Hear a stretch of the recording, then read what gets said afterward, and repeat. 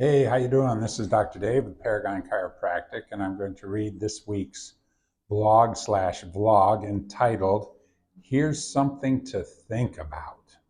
So as usual, hello, and I can't begin to tell you how much I appreciate you following along and listening to the blogs and reading the blogs. Means a lot to me. If you have any idea of something you would like to hear or hear me talk about or comment on, please let me know. If you get a chance, press the like button. All the standard stuff that makes a person popular. All right, so I'm going to read this one myself because this more comes from me. I'll just touch my microphone. This one comes more from me, and it would be better if I made the comments and said this stuff. So when patients come to see me, I typically ask, where does it hurt and what'd you do to injure yourself? Um, what makes it better? What makes it worse? And as odd as it might sound, the problem, as it were, is rarely a back or a knee or a shoulder problem, but it's more likely a you problem. You, the whole you, and nothing but the you. And that really just kind of makes sense because something decided that the knee or the back or the hip or the shoulder was a problem. And that thing that decided it was you. I don't know that a sore knee is a problem to itself. I don't know that a sore back is a problem to itself, if you understand. Now, it might be a problem to you, and if it is, well, then it's your problem. So let's say you have a vacuum cleaner that keeps breaking every time you use it. Okay, we'll use this as an example. Yes, the vacuum keeps breaking, but the big question is, who keeps breaking it? That's the big thing. Assuming that it is a good vacuum cleaner, one would soon come to the conclusion that it's not the vacuum that needs to be fixed, but rather the person or persons who keep breaking it, right? That's the thing that needs to be fixed. This would require some familiarity with the vacuum, an understanding of what it can and can't do, and some training on how to properly use the vacuum. I mean, even that, you might have somebody out there trying to vacuum the lawn or something with a house vacuum. It's going to break it. So some familiarity, some understanding of the vacuum cleaner, and a little bit of training on how to use it. That would all work out pretty good. And basically, that's what I say. In a word, a person would have to be educated in the proper use of their vacuum. Now, consider your body and all its aches and pains. Is it really a stupid knee or a stupid shoulder or a stupid back, or might it just be, you'll pardon me for saying so, a stupid you problem? I guess the point I'm trying to make is that there really can be no successful separation between the body and the thing that animates, understands, and repairs the body, and that is you. So you have this thing that controls and heals and fixes and repairs the body. We can't have a separation so that this guy does whatever he wants, the body does whatever it wants, and now this spirit or soul is all spun up and all whatever because the body has a sore knee. It doesn't make sense. Have to get that communication back in there.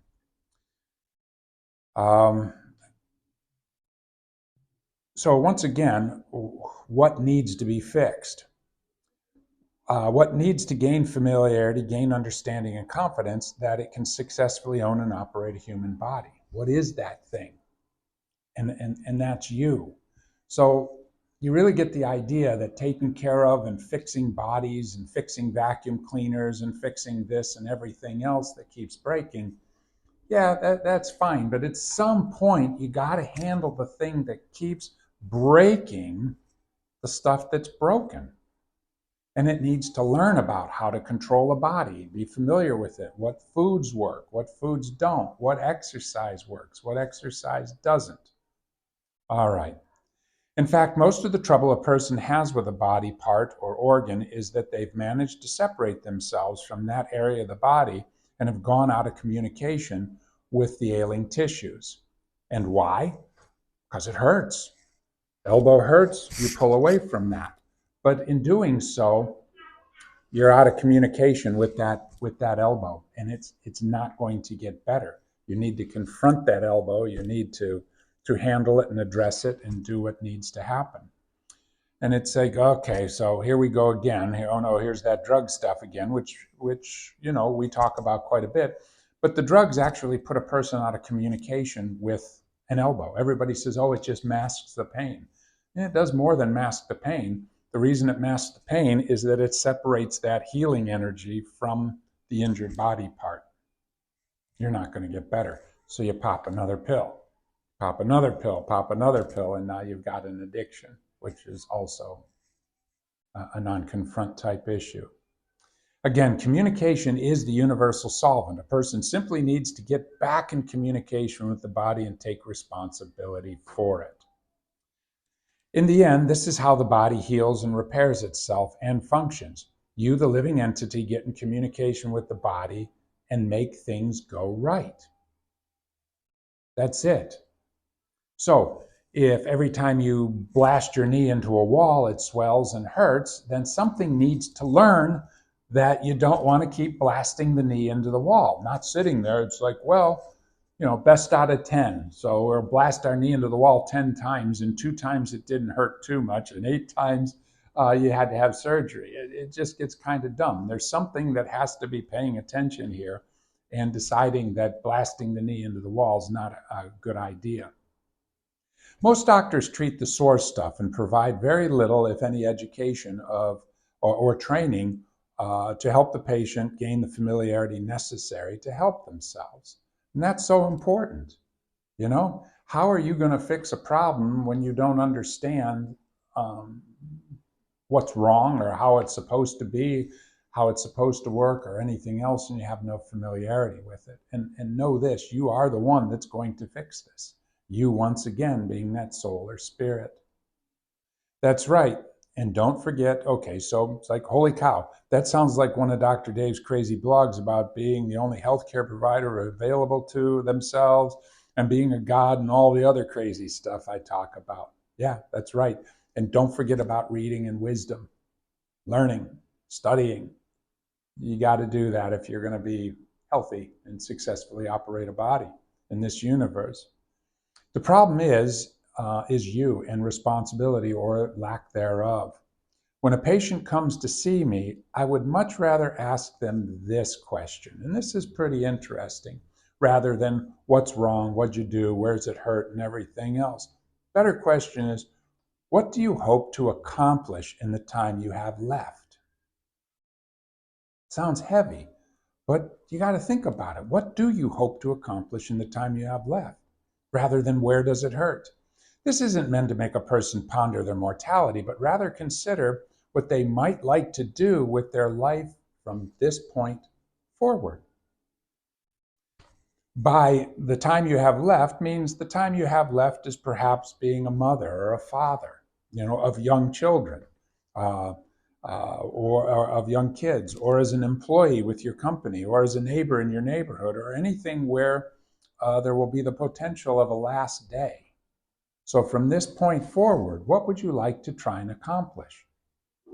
In terms of what we do at Paragon Chiropractic and with any healthcare provider, really, it will always be easier to help a person try to accomplish their dreams than to make their pain go away.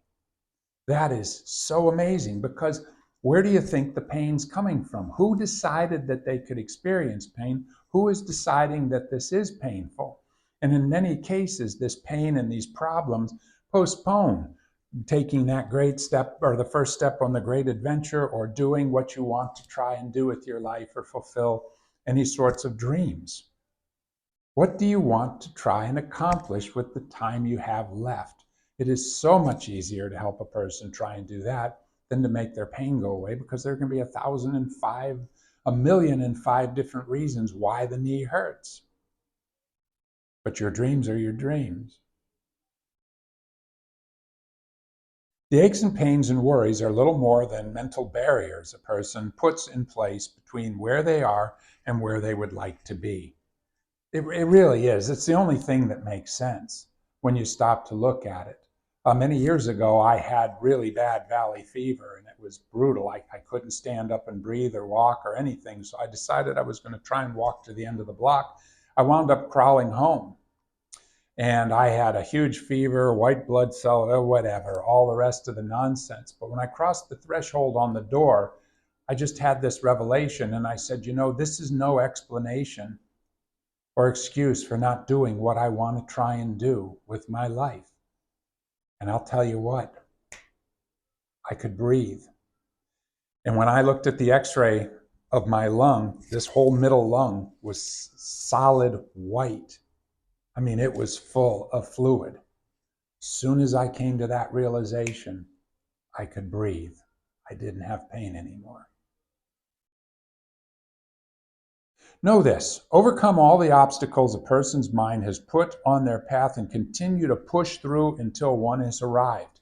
This is what you're going to do. The pain is just the noise, the knee thing, the back thing. It's just noise. It's just noise. Push through to where it is that you're trying to get to. Most people are scared to death of dying because they are too afraid to live. Either way, it's a fear problem. In either case, what you want to do is either try living more or try dying more. But don't just sit there right in the middle of, well, I'm not really sure what I want to do. And you will eventually prove to yourself that there is nothing to be afraid of. There's nothing to be afraid of if you decide to live more. There's nothing to be afraid of if you decide to die more. You can continue your journey. Obviously, I would recommend living more first. And if someday you are sitting in my office and I ask you, what do you hope to accomplish in the time you have left? Know that I am not asking you to tell me, but rather I'm telling you to ask yourself. It's a great question. Amazing question. All right. Well, take care, and I'm Dr. Dave.